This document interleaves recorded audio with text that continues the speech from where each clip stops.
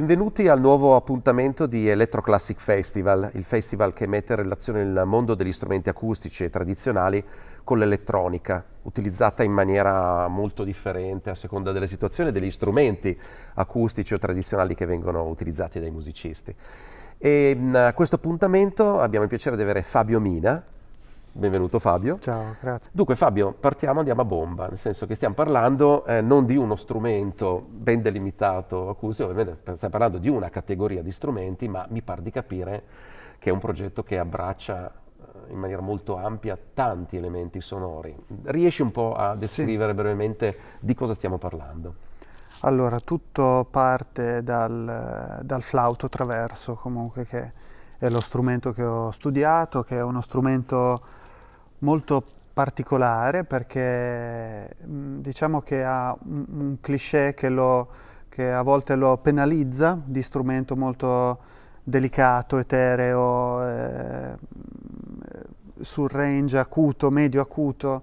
In realtà è uno strumento che ha tantissime sfumature, magari difficili da mettere in luce, o che per tradizione, per non si sa bene cosa, non sono state messe in luce, come ad esempio l'ottava bassa, il suono quello più Soprattutto, potente. no? Perché stiamo parlando sì. di anche un'estensione verso il basso che è praticamente sconosciuta Sì. alla maggior parte delle persone. No? Adesso abbiamo uno strumento qui davanti, Sì. peraltro, che è proprio quello di cui stiamo Questo parlando. infatti è uno strumento che si estende più verso il basso, è un flauto contralto, di un materiale sintetico, questo è un prototipo in particolare costruito da un artigiano di Taiwan, ha un suono molto tra il legno e il metallo, e appunto si estende verso il basso e mi permette di lavorare in quel range che mi piace moltissimo, perché è quello che si fa plasmare di più, anche così in acustico,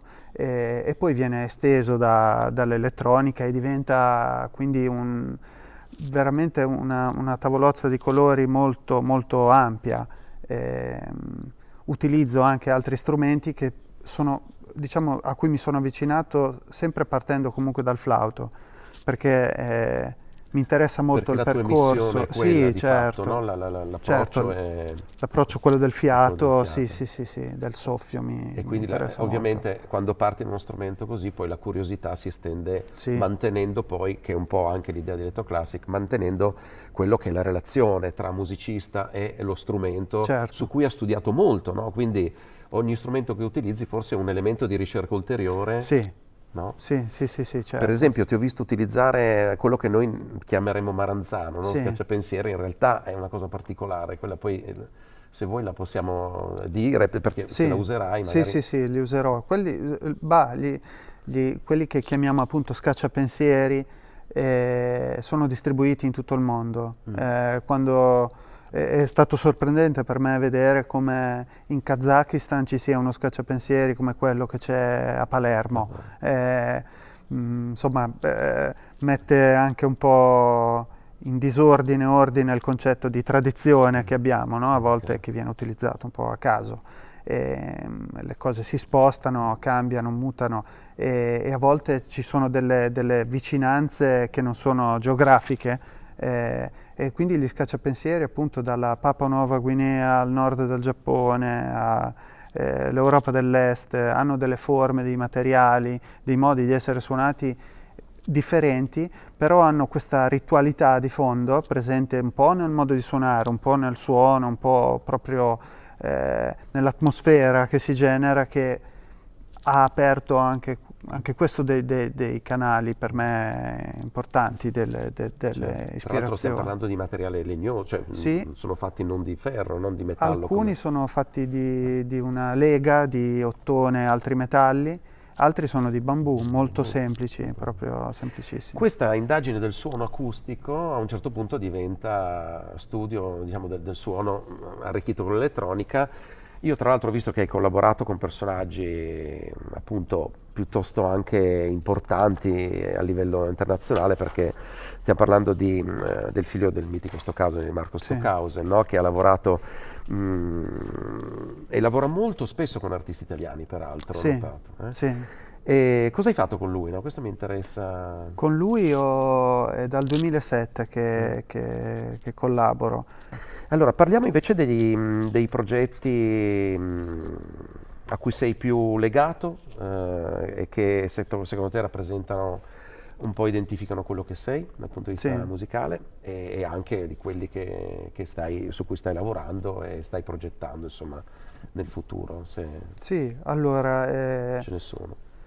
c'è il mio lavoro in solo, diciamo, quello che poi presento High qui Winds, con no? voi, sì, e prende il nome appunto da questo disco che si chiamava High Winds May Exist, che è proprio il cartello stradale in alcune zone degli Stati Uniti dove appunto si dice attenzione, potrebbero esserci venti forti, perché wind è sia strumento musicale che vento, come anche in spagnolo, e questa unione tra musica, quindi essere umano e natura mi piace moltissimo, è forse il motivo che mi ha fatto iniziare a suonare. E quindi ecco, questo progetto in solo che è in continua evoluzione, è una delle cose che porto avanti con più passione. E, ultimamente sto anche collaborando con un percussionista, Francesco Savoretti, con cui abbiamo questo duo che si chiama Threshold, soglia, appunto, è sempre un concetto di musica e di lavoro sul confine, comunque, su quel luogo un po' indefinito. E poi lavoro molto con la danza, mia moglie è danzatrice contemporanea e collaboro con altri danzatori ed è una cosa che faccio da Da tantissimi anni e che mi appassiona perché mi fa lavorare sull'improvvisazione, sul concetto di suono in un modo molto aperto e differente, legandolo al gesto, al movimento, quindi è una cosa che mi... Tra l'altro hai incominciato a farlo a Berlino, giusto? Sì, E lì, sì. che quella città cosa ti ha dato in quel periodo lì? Beh, mi ha dato tantissimo, mi ha certo anche un'idea di umiltà, perché quello che pensiamo appunto avanguardia qua spesso là non lo è e quindi ecco una certa idea di perseguire una propria strada con onestà, profondità e sincerità. Lavorare con la danza appunto è nato tutto lì e mi ha molto influenzato appunto anche come musicista, poiché lavora in solo con altri musicisti. È lì che si apprende, nel lavorare con altre discipline si apprende anche un po' di più, parlo da musicista, la disciplina sulle cose, Sì, no? Che soprattutto per i musicisti improvvisatori italiani spesso non è ben chiara come no, elemento di certo, valorizzazione del proprio progetto. È certo. giusto? Sì, Pensi che sia? sì, penso che sì, il concetto di disciplina che ad esempio troviamo a volte nella preparazione fisica di un danzatore, vedere cosa fanno prima di cominciare a danzare veramente, è molto interessante e ci ritrovo molto in comune del lavoro sul suono, che è un lavoro quotidiano, un lavoro anche se vuoi extra musicale, perché è di concentrazione, di un lavoro interiore anche. Sì, che è extra musicale ma anche E musicale dal anche punto di vista, musicale, esatto. perché ovviamente fa parte invece dell'approccio del musicista, Certo. no? L'ultima cosa è un po' più tecnica, la parte elettronica da che cosa è costituita? Allora, la parte elettronica è costituita da pedali, principalmente quelli che siamo Di abituati a effetti? vedere, sì, usati da chitarristi, bassisti, però ecco, con un piccolo preamplificatore tutti possono usarli. E quindi sono pedali che io poi gestisco con un ulteriore pedale di espressione e poi ho dei sintetizzatori campionatori.